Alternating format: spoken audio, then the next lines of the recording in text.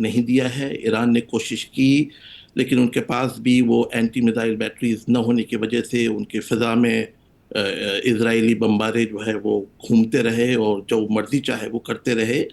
اور قطر پہ جو اٹیک ہوا اس کے بعد جو اس کا بھی کسی قسم کا کوئی جواب کوئی دے نہیں سکا. تو اس خطے میں اس وقت ایسا کوئی ملک نہیں ہے جو اسرائیل کا ملٹریلی کوئی جواب دے سکے. تو لہٰذا جو بھی نیگوشیشنز ہو رہے ہیں وہ نیگوشیشنز جو ہے وہ پوزیشن آف ویکنیس سے ہو رہے ہیں, پوزیشن آف اسٹرینتھ سے نہیں ہو رہے ہیں. اب اس میں جو ممالک یہاں بچے ہیں جس میں آپ سعودی عرب اور متحدہ عرب امارات اور قطر, یہ جو تین جو ممالک ہے, ظاہر ان کی یہ کوشش ہے کہ وہ کسی طرح اس صورتحال سے اپنے آپ کو نکالیں اور اس خطے میں اثر نو پھر کوئی سیکیورٹی ایسا آرکیٹیکچر بنائیں جس کے تحت وہ کوئی بھرپور اسرائیل کا آنے والے دنوں میں کوئی جواب دے سکے اگر وہ اس کی سوورنٹی کو, کسی بھی ملک کے سوورنٹی کو وائلیٹ کرتی ہو تو. لیکن فی الوقت ظاہر ہے کہ نیتن یاہو کے پاس تمام سارے کارڈز نیتن یاہو کے پاس ہیں, تمام سارے کارڈز امریکن پریزیڈنٹ ٹرمپ کے پاس ہے. ہم نے دیکھا کہ رشیا کا اس خطے میں جو پہلے اثر و رسوخ تھا اب وہ نہیں ہے. جو دوسری بڑی طاقت ہے چائنا, اس کے لیمیٹیشنز ہیں, وہ سیکیورٹی آرکیٹیکچر شاید مڈل ایسٹرن کنٹریز کو فراہم نہیں کر سکے گا. اور اسی پس منظر میں سعودی عرب کا پاکستان سے جو ڈیفنس معاہدہ ہوا ہے وہ ایک نئی کڑی ہے کہ نئے سیکیورٹی آرکیٹیکچر کو کس طرح بنایا جائے اور کس طرح نیٹو اسٹائل کا ایک نیا جو ہے پیراڈائم یہاں پہ رائج کیا جائے. صاحب تو پھر اس سینیریو میں اگر نیتن یاہو لیوریج استعمال کرنے میں کامیاب ہوئے کہ ٹرمپ نے جو اتفاق کیا تھا مسلم اور عرب ممالک سے اس معاہدے میں یا اس میں ترمیم کرانے میں وہ کامیاب ہو گئے, تو اب جو اطلاعات آ رہی ہیں کہ عرب ممالک بھی چاہتے ہیں کہ واپس یہ جو معاہدہ ہے اس میں واپس بھی کچھ ترامیم کرائی جائیں, حماس بھی چاہتا ہے. آپ کو لگتا ہے کہ اس میں کامیابی ملے گی کہ اسرائیل کو بھی کچھ چیزوں کے لیے پابند کیا جائے کہ وہ غزہ کو کب چھوڑے گا, اس کی ٹائم لائن طے ہو, کیونکہ جو کچھ چیزیں تھیں وہ تو تبدیل کرا لی نیتن یاہو نے. دیکھیے اسرائیل کی نیتن یاہو کی یہ خواہش ہے کہ یہ جنگ جاری رہے. اس کی سب سے اولین وجہ یہ ہے کہ وہ یہ سمجھتے ہیں کہ جیسے ہی جنگ بند ہو گئی وہ سیدھے جیل میں چلے جائیں گے. اسرائیل کے اندر ڈومیسٹک جو سیاست ہے ان کے خلاف بھرپور مظاہرے ہو رہے ہیں, اور اگر جنگ بند ہو جاتی ہے تو یا تو جیل چلے جائیں گے یا ان کی حکومت چلی جائے گی, اور وہ اس بات سے بہت ڈرتے ہیں. اسی لیے وہ بارہا یہ کوشش کر رہے ہیں کہ جنگ کسی طرح بند نہ ہو, اور حماس کی بھی یہ خواہش ہوگی کہ یہ جنگ کسی صورت بند نہ ہو, اس لیے کہ جو معاہدہ ہوا ہے اس میں تو حماس کا ڈس آرمامنٹ کی بات کی گئی ہے, ان کے لوگوں کو جلاوطنی کے لیے کہا گیا ہے کہ سیف پیسے دیا جائے گا, اور وہ بھی پوزیشن آف ویکنیس سے جو ہے تمام ساری چیزوں کو نیگوشیٹ کر رہے ہیں. تو اس وقت جو تمام سارے کارڈ اس وقت جو ہم یہاں پہ خطے میں سمجھتے ہیں وہ اسرائیل کے پاس ہے. اس نے اپنی ملٹری سپیریورٹی کو سارے زمانے پر جو ہے وہ بتا دیا ہے کہ وہ ملٹری بہت سپیریئر ہے. جنگ کے پیمانے بدل گئے ہیں. دو ماڈلز مشرق وسطیٰ میں تھے. ایک ماڈل تھا ایرانین ماڈل. وہ ماڈل یہ تھا کہ آپ پراکسی کے تھرو اسرائیل پہ اتنا دباؤ بنائے کہ اسرائیل یہ ہمت نہ کر سکے کہ وہ کسی ملک پر اٹیک کر سکے. یا انہوں نے حزب اللہ کو کھڑا کیا, انہوں نے ہوتیوں کو کھڑا کیا, انہوں نے سیریا میں حزب اللہ اور سیرین فورسز کو کیا, انہوں نے عراق میں پاپولر موبلائزیشن یونٹس انہوں نے بنائی. انہوں نے ایک بہت بڑا ایک امبریلا بنایا کہ ایک محاصرہ کیا اسرائیل کا کہ اگر کبھی جنگ ہوتی ہے تو یہ تمام ساری جو پراکسیز ہے وہ آئیں گے. لیکن ہم نے دیکھا کہ وہ کچھ ہی دنوں میں بالکل ختم ہو گئی. حزب اللہ فوری طور پہ ختم ہو گئی. اس نے کوئی جوابی کارروائی نہیں کر سکے. اس سے پہلے کہ کوئی وہ جوابی کارروائی کرتے ان کی پوری لیڈرشپ جو ہے وہ ختم ہو گئی. اس کو اسیسینیٹ کر دیا گیا. اسماعیل ہانیہ کو خود تہران کے اندر ایران نے جو ہے وہ نیوٹرلائز کر دیا. ایران کے اندر, تہران کے اندر, ایران کی کیپٹل کے اندر ختم کر دیا. تو یہ سیریا کے اندر وہ تمام ساری جو فورسز تھی وہ ختم ہو گئی. عراق کے اندر جو پرو ایران فورسز تھی وہ کسی کام کی نہیں رہی. تو یہ ایک ماڈل تھا ایرانین ماڈل کہ وہ مزاحمت کرے, جس کو اور سب لوگ جو ہے so called axis of resistance کہتے تھے، جو ریزسٹنس کہتے تھے، ایکسس آف ریزسٹنس، کہ یہ جو ہے مقابلہ کرے گا اسرائیل کا، لیکن وہ مکمل طور پر ناکام ہوا۔ اکتوبر 7 کے بعد ہم نے دیکھا جو حماس کے حملے کے بعد وہ کوئی کارآمد ثابت نہیں ہوا۔ دوسرا ماڈل یہ ہے کہ جو سعودی ماڈل ہے کہ جس نے ڈپلومیسی کو بہت زیادہ ترجیح دی ہے، اور ڈپلومیسی ایسی کہ انہوں نے یہ جو یورپین ممالک ہے جس میں فرانس ہے، جس میں یو کے ہے، ایسی ڈپلومیسی جو ان کے اثر و رسوخ تھے، وہ ڈپلومیٹیکلی انہوں نے اپنا پورا اثر و رسوخ استعمال کیا اور ان لوگوں کو فلسطین کو تسلیم کرنے کے لیے آمادہ کیا۔ یونائٹڈ نیشنز میں انہوں نے اسرائیل کو مکمل طور پر آئسولیٹ کیا، اور امریکہ پہ بھرپور یہ انہوں نے دباؤ بنائے رکھا کہ ان کی ساکھ جو ہے اس خطے میں خراب ہو رہی ہے، لہٰذا ان کو اسرائیل کو کسی صورت روکنا ہوگا، اور صرف امریکہ ایک ایسا کنٹری ہے جو اس وقت اسرائیل کو روکنے میں شاید کچھ طور پہ کامیاب ہو سکے۔ اب ان کی ڈیپ اسٹیٹ جو ہے امریکہ کے اندر بھی جو ہے بڑی کافی ڈومیسٹک پولیٹکس ہے، اس میں ایک ڈیپ اسٹیٹ ہے جو ٹرمپ کے خلاف ہے، اور خود ٹرمپ ہے جو ان کی اپنی ایک کانسٹیٹوئنسی ہے رائٹ ونگ کی۔ اب اس میں ہم دیکھتے ہیں جو لیٹسٹ پولز امریکہ کے نظر آ رہے ہیں، اس میں تو امریکن عوام اسرائیل کے بھرپور خلاف ہے، اور وہ یہ سمجھتے ہیں کہ امریکہ کو کوئی رول ادا کرنا چاہیے اور نتنیاہو کو روکنا چاہیے۔ لیکن ان کی اپنی ڈومیسٹک پولیٹکس ہے، تو امریکہ کے اندر جو خلیجی ممالک ہے جس میں سعودی عرب سر فہرست ہے، قطر ہے اور یو اے ای ہے، انہوں نے یہ دباؤ بنائے رکھا کہ ہم ڈپلومیسی کے تھرو اس کو کسی طرح حل کریں۔ اس میں سب سے بڑی اس وقت سب سے بڑی جو ہے وہ پرائرٹی یہ ہے کہ جنگ کو روکا جائے، اور یہ جو قحط سالی کا جو معاملہ ہے اور اندر جو ایڈ نہیں ہے، اور جس طرح سے ٹرمپ نے پہلے یہ بات کی کہ ہم غزہ کو ایک مڈل ایسٹ ریویریا بنا دیں گے اور وہاں سے فلسطینیوں کا انخلا ہو جائے گا، ان کو نکال دیں گے، اور ویسٹ بینک جو ہے وہ اسرائیل لے لے گا، تو اس 20 نکاتی معاہدے میں یہ جو 3 چیزیں ہیں یہ بہت اہم ہے، اور دوسری تمام ساری چیزیں جو ہے وہ سیکنڈری ہے۔ سب سے پہلے تو جنگ بندی ہے، فلسطینیوں کو غزہ میں رہنے کی اجازت ہونی چاہیے، اور ویسٹ بینک پر جو انیکزیشن ہے اس کو فوری طور پہ رکنا چاہیے، اور کبھی جو ہے اس کو پائے تکمیل پہ نہیں پہنچنا چاہیے۔ بہت شکریہ رانی تجزیہ آپ نے سپر عام ڈیولپمنٹ ہوئی ہے اس پہ بات کریں گے ایک بریک کے بعد۔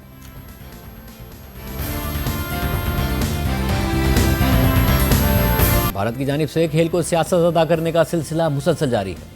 پہلے ایشیا کپ کے دوران بھارتی کپتان نے پاکستانی کپتان سے ہاتھ ملانے سے انکار کیا، ٹرافی کے ساتھ فوٹو سیشن سے انکار کیا۔ بھارتی کھلاڑیوں نے بھی پاکستانی کھلاڑیوں سے ہاتھ ملانے سے انکار کیا، اور نوبت یہاں تک پہنچ چکی ہے کہ بھارتی ٹیم نے ایشیا کپ جیتنے کے باوجود ٹرافی لینے سے انکار کر دیا، اور وہ بھی اس وجہ سے کہ ٹرافی دینے کے لیے ایشین کرکٹ کونسل کے صدر محسن نقوی اسٹیج پر موجود تھے۔ نتیجہ یہ نکلا کہ بھارتی ٹیم ٹائٹل جیت کر بھی ٹرافی کے بغیر میدان سے جانے پر مجبور ہو گئی، اور پھر گزشتہ روز ایشین کرکٹ کونسل کے اجلاس میں ایک نیا تنازعہ سامنے آ گیا ہے۔ نمائندہ جیو نیوز سہیل عمران کی خبر کے مطابق محسن نقوی کی زیر صدارت دبئی میں ایشین کونسل کا اجلاس ہوا، جس میں بھارتی کرکٹ بورڈ کے نائب صدر راجیو شکلا نے محسن نقوی سے ایشیا کپ کی ٹرافی مانگی۔ ذرائع کے مطابق محسن نقوی کا کہنا تھا کہ یہ item Asian cricket council meeting کے ایجنڈے پر موجود نہیں ہے۔ اس کے باوجود راجیو شکلا نے ٹرافی لینے کے لیے محسن نقوی سے مسلسل اصرار کیا، تو انہوں نے جواب دیا کہ بھارتی ٹیم کو ٹرافی چاہیے تو بھارتی کپتان Surya Kumar Yadav Asian cricket council کے دفتر آ کر مجھ سے وصول کر لیں۔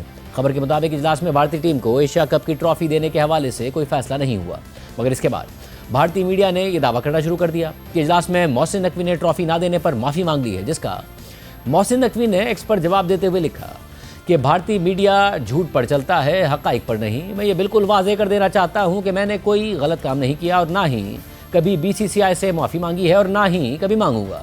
یہ گھڑی ہوئی بکواس صرف گھٹیا پروپیگنڈا ہے، جس کا مقصد صرف اپنے ہی لوگوں کو گمراہ کرنا ہے۔ بدقسمتی سے بھارت مسلسل کرکٹ میں سیاست کو گھسیٹ رہا ہے اور کھیل کی اصل روح کو نقصان پہنچا رہا ہے۔